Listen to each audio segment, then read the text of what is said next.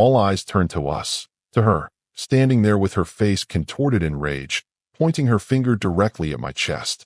"You're disrespecting me by smiling at her," she shouted, her voice echoing through the now silent room. "Everyone saw it. Don't you dare deny it." I felt my jaw tighten as I took a slow, deliberate breath. The marketing director I'd been speaking with, a professional colleague discussing a potential collaboration, looked mortified, slowly backing away from the unfolding scene. This wasn't the first time, but I decided it would be the last. "Lower your voice," I said calmly, my tone measured but firm. "You're embarrassing yourself. Don't tell me to lower my voice." I saw how you were looking at her. The room remained frozen. My colleagues, people I'd worked with for years, watched with uncomfortable expressions.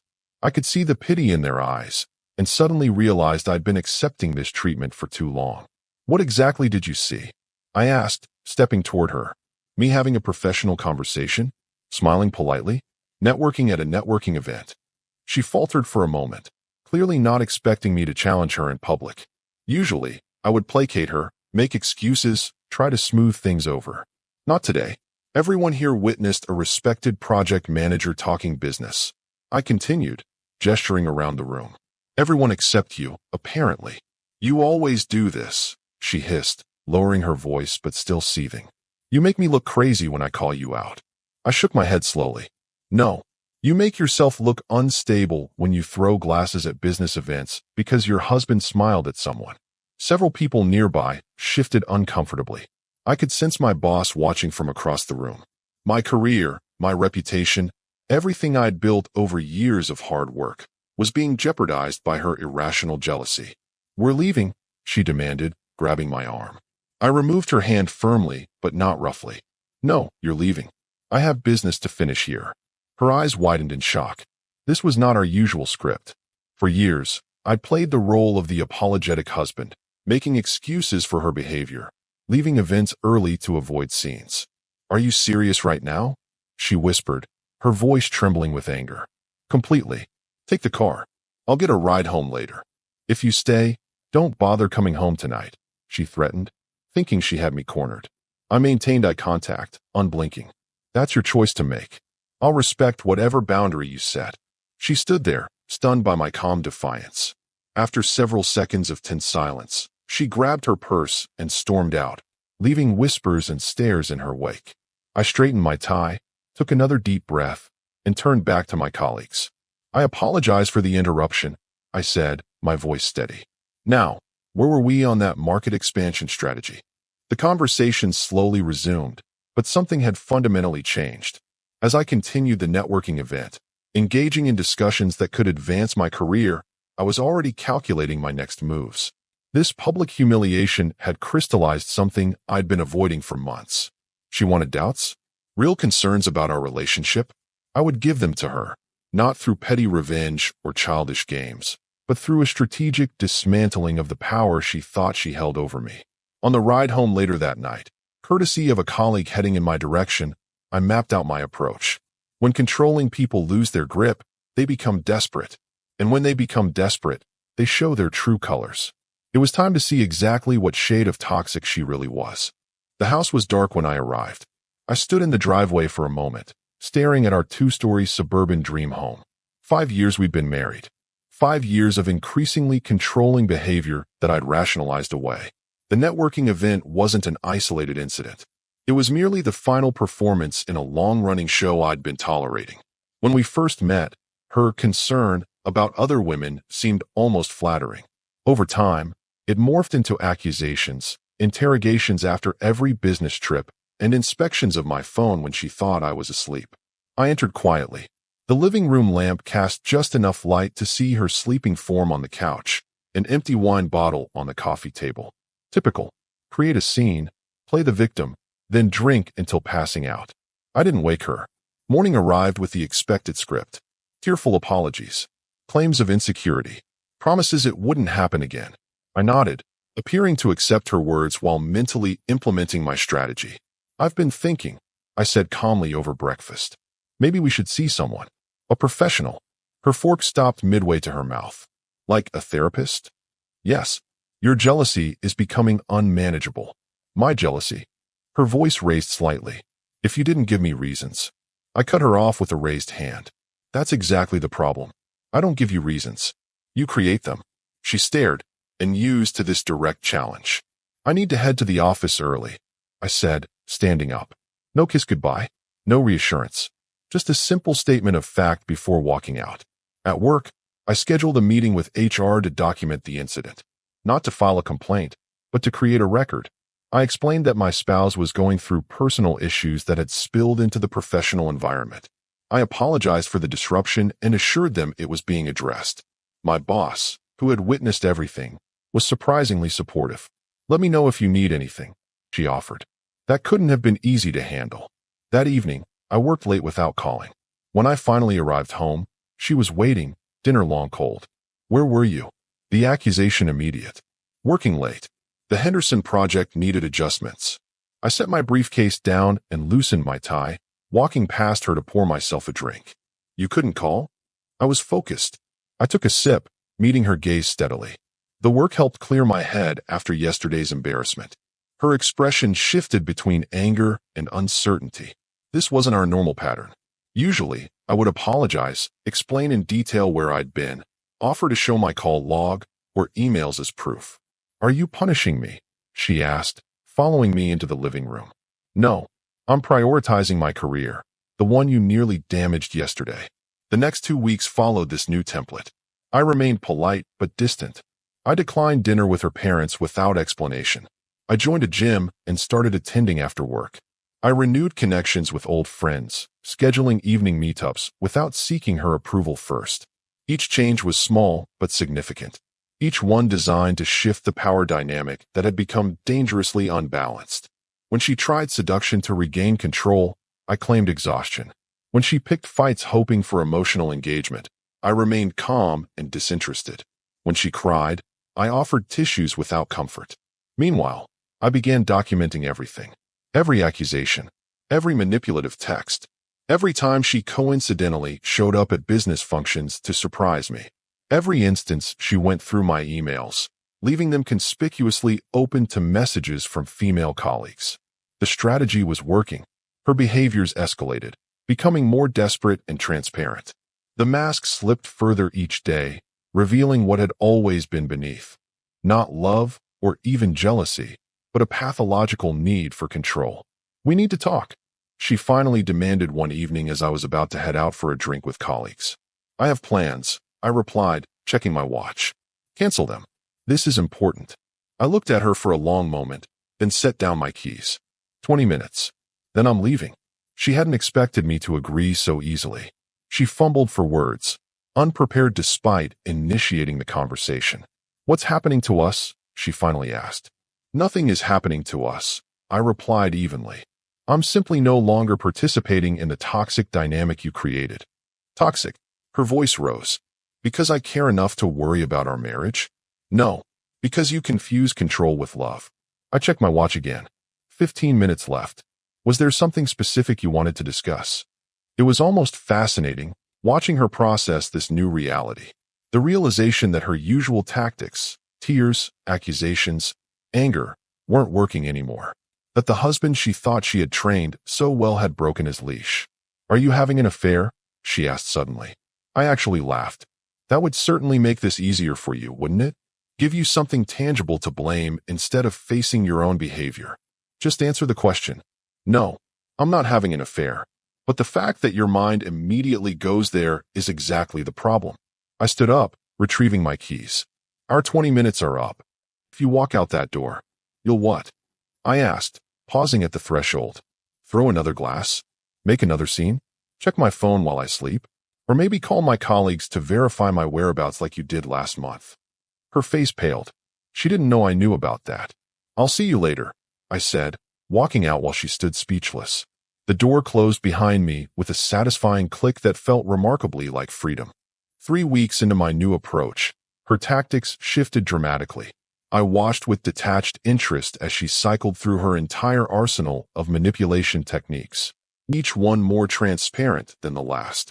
First came the love bombing, unexpected lunch deliveries at my office, intimate messages throughout the day, lingerie waiting after work. When those failed to break my emotional distance, She pivoted to manufactured crises requiring my immediate attention and support. Family emergencies that conveniently resolved themselves. Car troubles that mysteriously fixed themselves before I could call a mechanic. I responded to each with the same calm detachment, polite acknowledgement without emotional investment. You've changed. She finally confronted me one evening as I reviewed work documents at the dining table. You're cold. Distant. I looked up from my laptop. I've simply adjusted to a healthier dynamic. Healthier? She laughed bitterly. You barely speak to me anymore. That's not accurate. I replied, keeping my tone even. We speak daily. We share the same living space. We discuss household matters.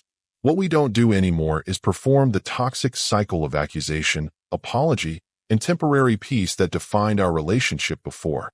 So this is punishment for the networking event. She crossed her arms defensively. No, this is consequence. There's a difference. I closed my laptop, giving her my full attention.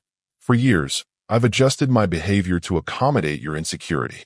I've allowed you to isolate me from friends, monitor my communications, and interrogate me about every female interaction. That arrangement is over. Her eyes narrowed. Just like that? You unilaterally decide our marriage is changing without even discussing it with me. The discussing phase ended when you threw a glass at my head in front of my colleagues. I kept my voice level, refusing to match her escalating emotions. That was the culmination of a pattern, not an isolated incident. One mistake, and you're completely shutting me out. Her voice cracked, tears forming. Let's be accurate, I said, pulling out my phone. Would you like me to list the isolated incidents from just the past 6 months? I have them documented with dates. The tears disappeared instantly, replaced by shock, then anger. You've been keeping notes on me? Like I'm some kind of science experiment. Like I'm the victim of emotional abuse recognizing the pattern. I corrected her. March 15th, you accused me of flirting with a barista because I thanked her for my coffee. April 2nd, you showed up unannounced at my business lunch to surprise me, then questioned me for hours about my female client. April 29th, you went through my work emails while I was sleeping and deleted messages from my female colleagues. Stop it, she hissed. May 10th, you called my project coordinator pretending to be from HR to ask about our working relationship. May 22nd, I said stop. She slammed her hand on the table. I set my phone down calmly. Those aren't even the major incidents. Just the everyday controlling behaviors you thought I wasn't noticing. This isn't fair, she whispered, trying a different approach. I've been trying so hard these past weeks to make things right. No, I replied evenly. You've been trying different manipulation tactics to regain control. There's a fundamental difference. She stared at me, suddenly uncertain. The script had always worked before. Push until I gave in, apologized, reassured her. Now she was facing someone who wasn't following the established pattern. What do you want from me? She finally asked, her voice small. Nothing, I answered truthfully. I don't want anything from you. That's the point you're missing. I'm no longer participating in this dynamic, regardless of your response to that decision. So you're just done? After everything we've built together? I considered her question carefully. I'm not making any permanent decisions yet. I'm establishing boundaries and observing whether you can respect them. So far, the evidence suggests you cannot. She opened her mouth to argue, then closed it, processing my words. For a brief moment, I saw something like clarity in her expression, as if she finally recognized the seriousness of the situation. I need help, don't I? She asked quietly. It was the first genuine moment we'd shared in weeks. I nodded slowly, not rushing to soften the blow. Yes, professional help, not couples counseling. Individual therapy to address the insecurity driving your controlling behavior. And if I get help, will things go back to normal? No, I said firmly. They won't go back to normal because our normal was unhealthy. If you genuinely address your issues, we might build something new, something better. She nodded slowly, tears forming again, real ones this time. I have a dinner meeting, I said, standing and gathering my laptop. We can continue this conversation tomorrow if you'd like. You're still leaving? After this breakthrough, the accusatory tone crept back in. I looked at her steadily. This isn't a breakthrough yet. It's a moment of clarity that may lead to a breakthrough. And yes, I still have professional obligations that don't disappear because of our personal situation. I left her standing in the dining room, her expression a mixture of anger and realization. As I drove to my completely fabricated dinner meeting, actually just an excuse to have some time alone at a quiet bar downtown, I reflected on her performance. The brief vulnerability had seemed genuine, but experience had taught me to be cautious. True change would require consistent behavior over time, not momentary insights when cornered.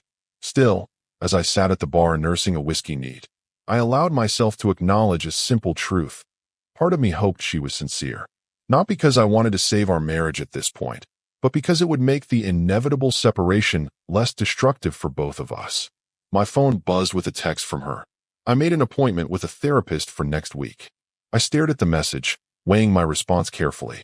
Good first step, I finally replied, then turned my phone face down on the bar and returned to my drink. Professional help might address her issues, but it wouldn't erase my awakening. Whatever happened next would be on my terms, not hers. The call came on a Tuesday afternoon while I was reviewing quarterly projections with my team. My phone vibrated against the conference table, the screen displaying my boss's name. I excused myself momentarily. "We need to discuss something important," she said without preamble. "Can you stop by my office after your meeting?" An hour later, I sat across from her desk as she outlined an unexpected opportunity. "The Singapore branch needs someone to head up their operations restructuring," she explained. "It's a 6-month assignment minimum, possibly extending to a year. You're my first choice." I listened as she detailed the responsibilities, the compensation package, and the career advancement potential. This was exactly the kind of opportunity I'd been working toward for years: international experience, leadership role, substantial visibility with upper management. How soon would I need to decide? I asked. "End of week, ideally. They want someone in place by the end of the month." I nodded, my mind already calculating the implications. "I'll have an answer for you tomorrow." Driving home, I considered how this development aligned perfectly with my current personal situation.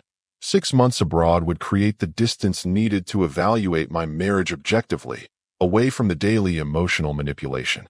At home, I found her cooking dinner, a picture of domestic tranquility.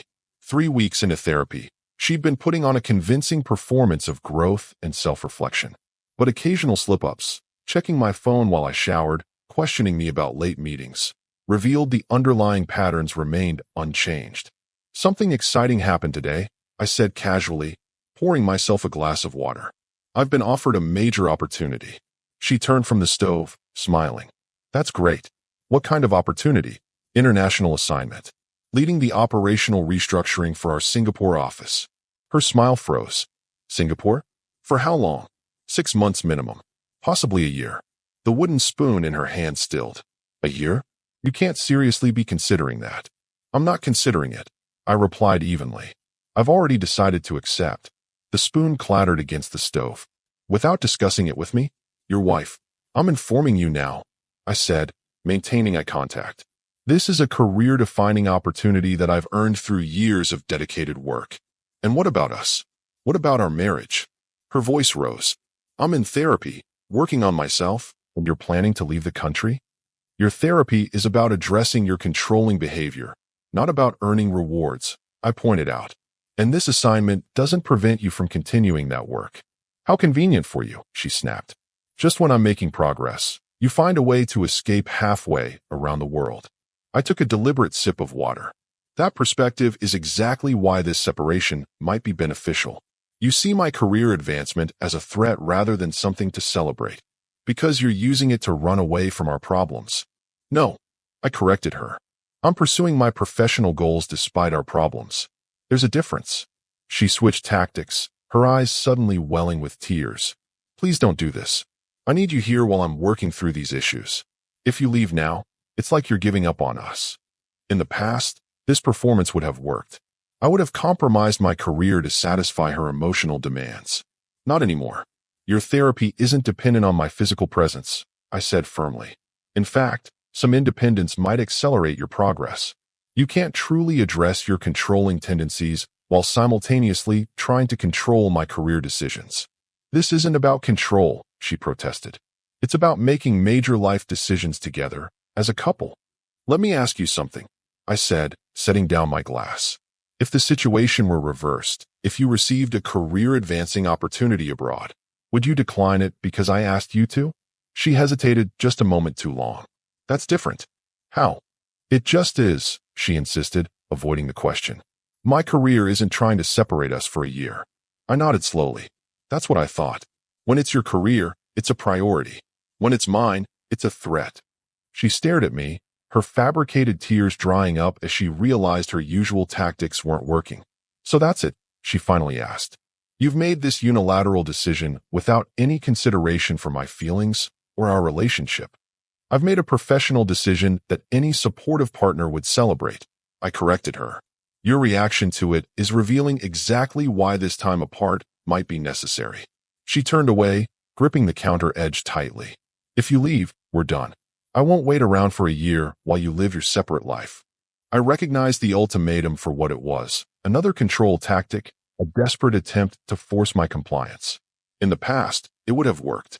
Now, it merely confirmed I was making the right decision. If that's your choice, I'll respect it, I said calmly. But I want you to understand something clearly.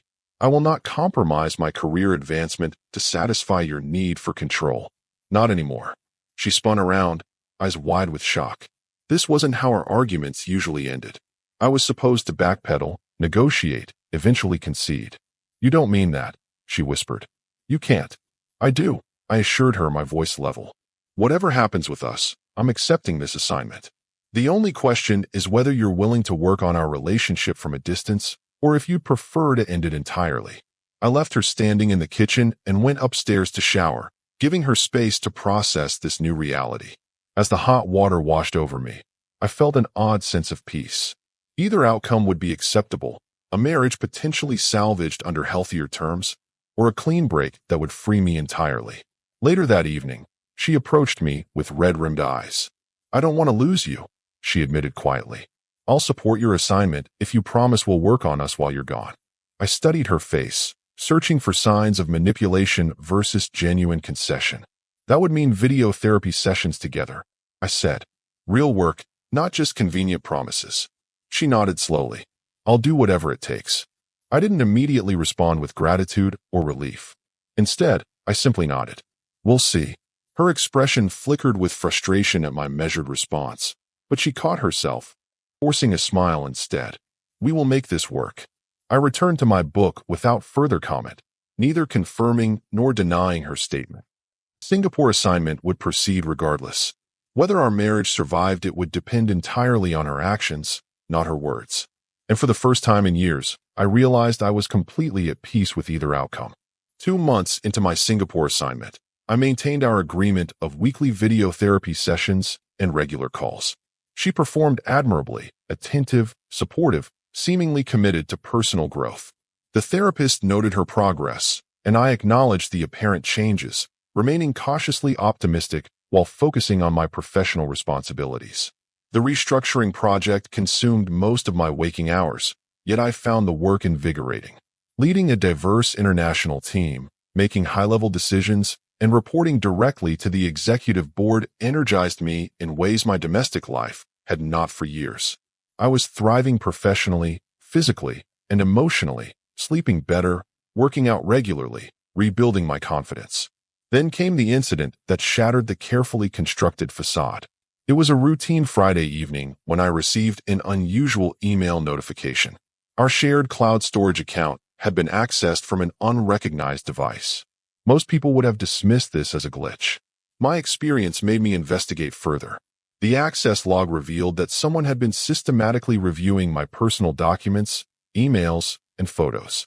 After months of calculated behavior, she had reverted to her usual patterns of surveillance. But this time, she'd made a critical error. She'd forgotten that I could track her digital footprints. Rather than immediately confronting her, I decided on a strategic approach. I created a password-protected folder labeled Singapore Personal and filled it with innocuous content, work photos, tourist snapshots, receipts from business dinners. Then I added one carefully crafted document titled Relationship Assessment.docs. The document contained a detailed, dispassionate analysis of our relationship, acknowledging her recent efforts while expressing measured doubts about their sustainability. I included references to continuing patterns of monitoring behavior and persistent trust issues requiring long-term therapeutic intervention. The conclusion remained deliberately ambiguous about our future together. I waited. 3 days later, during our scheduled video call, she appeared unusually subdued. "Everything okay?" I asked, knowing exactly what had happened. "Just missing you," she replied, forcing a smile. "How's the project going?" I provided a brief update on work matters, watching her closely. She nodded and commented appropriately, but her eyes betrayed her distraction. She was processing what she'd read, trying to determine how to respond without revealing her intrusion. "I've been thinking," she finally ventured. "Maybe I could visit for a week or two. The therapist thinks it might be good for us to have some face-to-face time." "Interesting," I replied neutrally. "When did the therapist suggest this?" She hesitated momentarily. "In my individual session yesterday."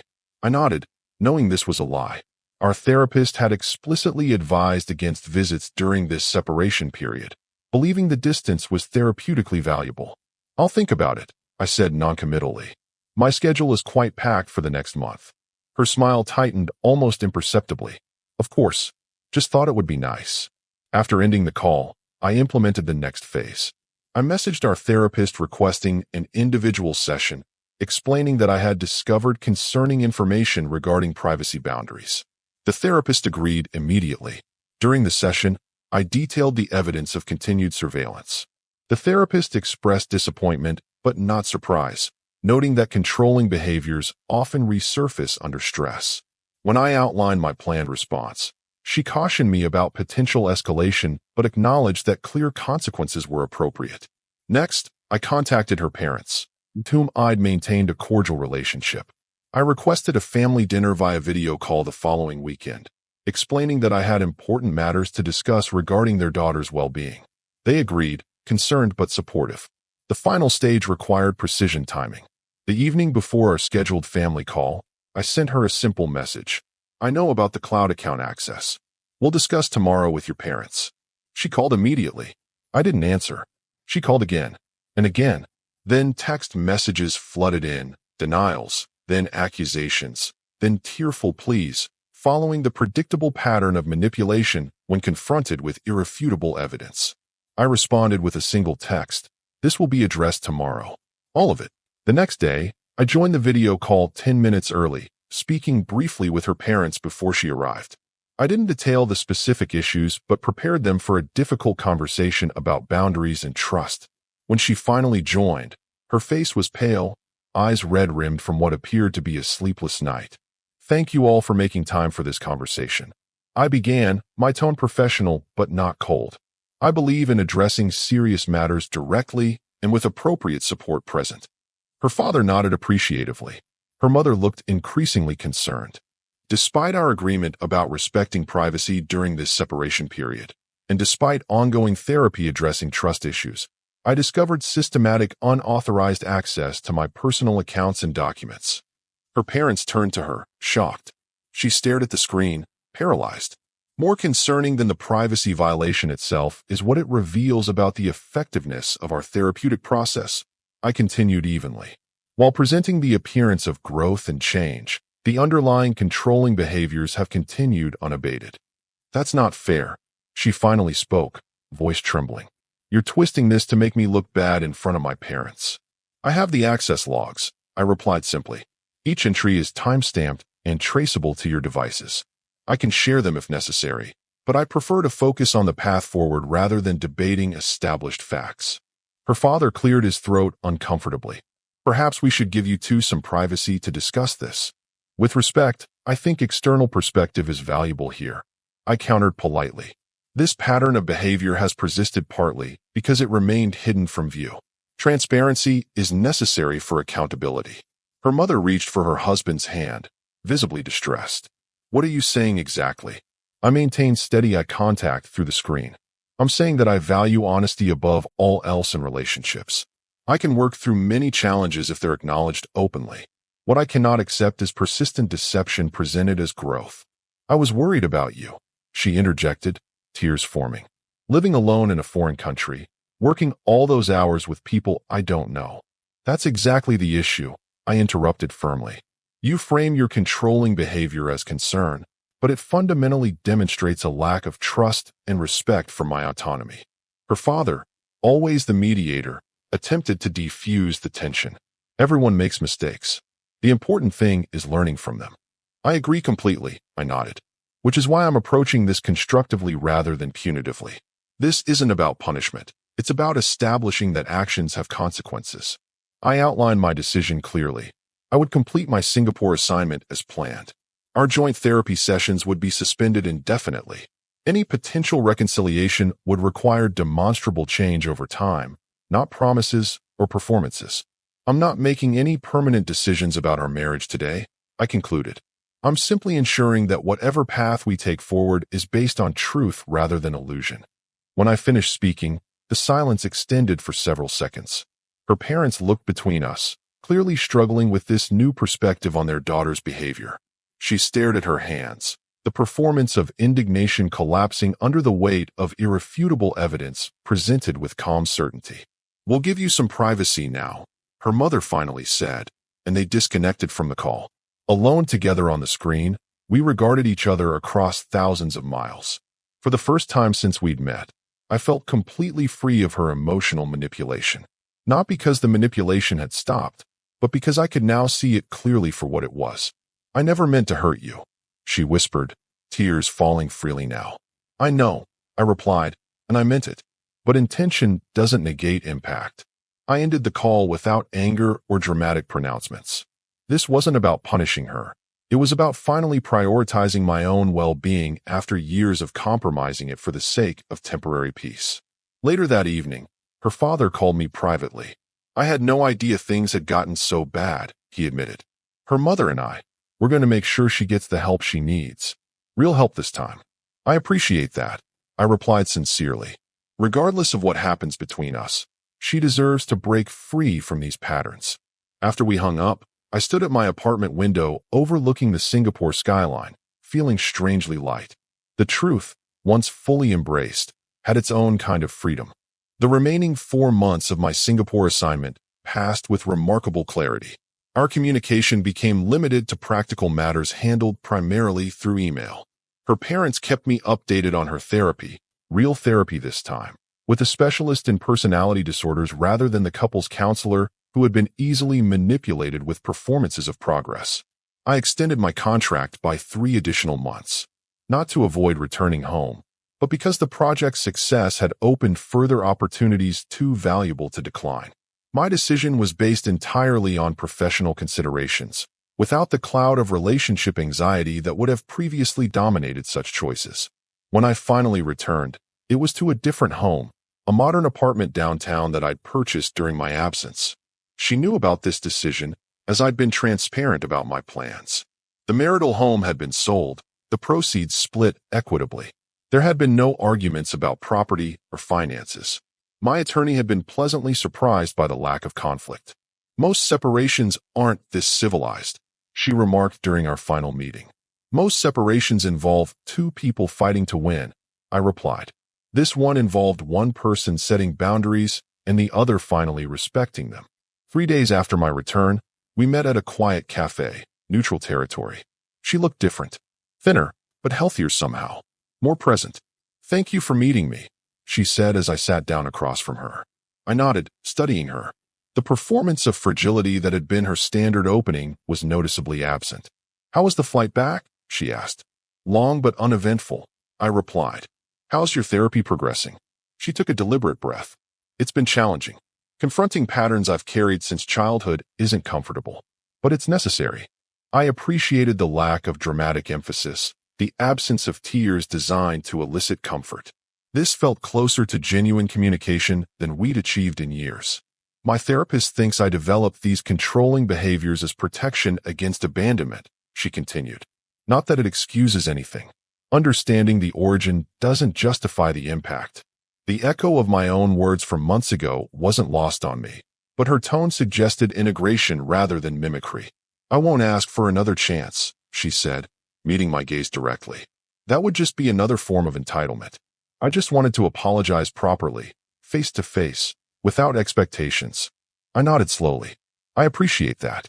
I also wanted to let you know I won't contest anything in the divorce proceedings. My lawyer tried to convince me to fight for more, but that would just be continuing the pattern." The word divorce hung between us. Neither of us had formally filed yet, though the separation had made our trajectory clear. That's your decision to make, I replied evenly. She smiled slightly, a real smile, tinged with sadness but not manipulation. That's the thing I'm finally learning. My decisions are mine. Your decisions are yours. I spent years trying to control your choices because I didn't trust my own value enough to believe you'd stay otherwise. We talked for nearly an hour, not about reconciliation or our shared past, but about the person she was working to become and the life I was building.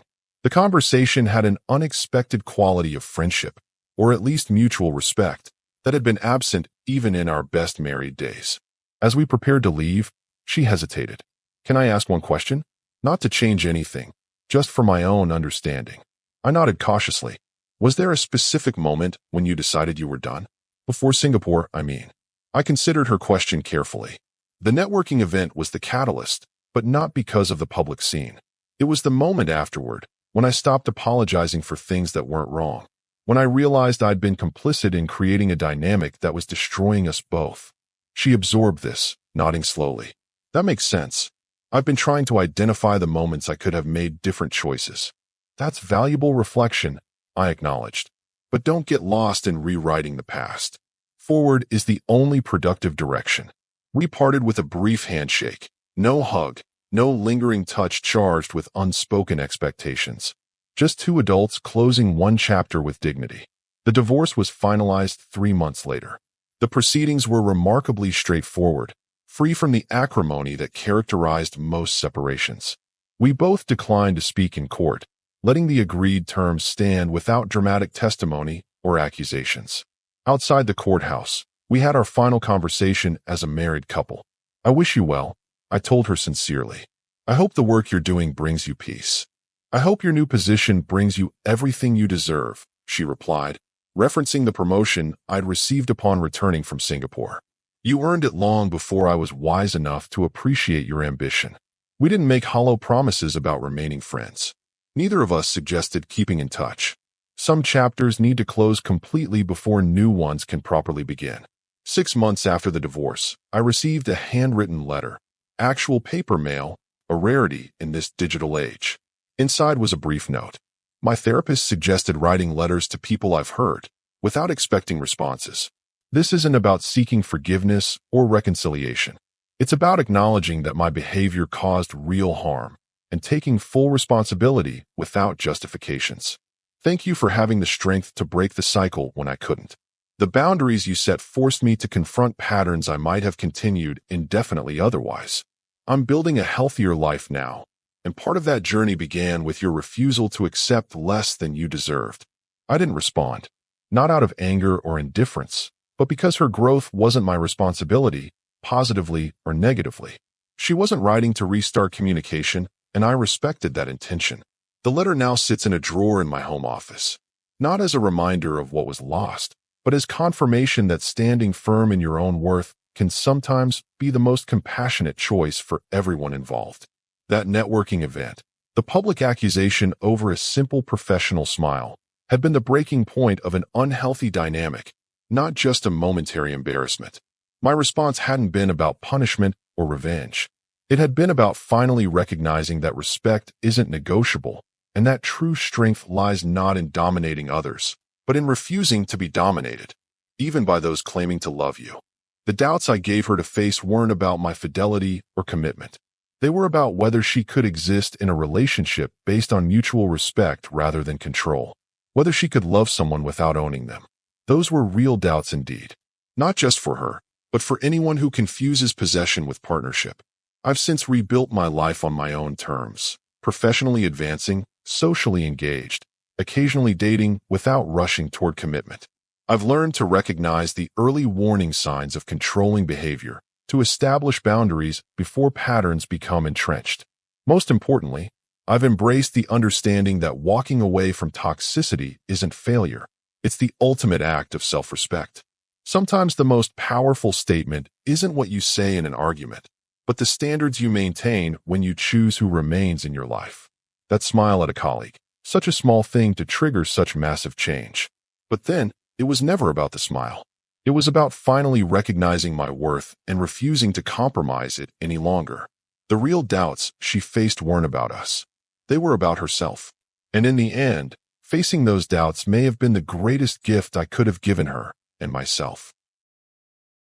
Our story has come to an end. If you've made it this far, how about subscribing to our channel? It helps us immensely. I've selected 2 other videos for you that I'm sure you'll enjoy. Feel free to click on them. I'll be waiting for you in the next story. See you soon.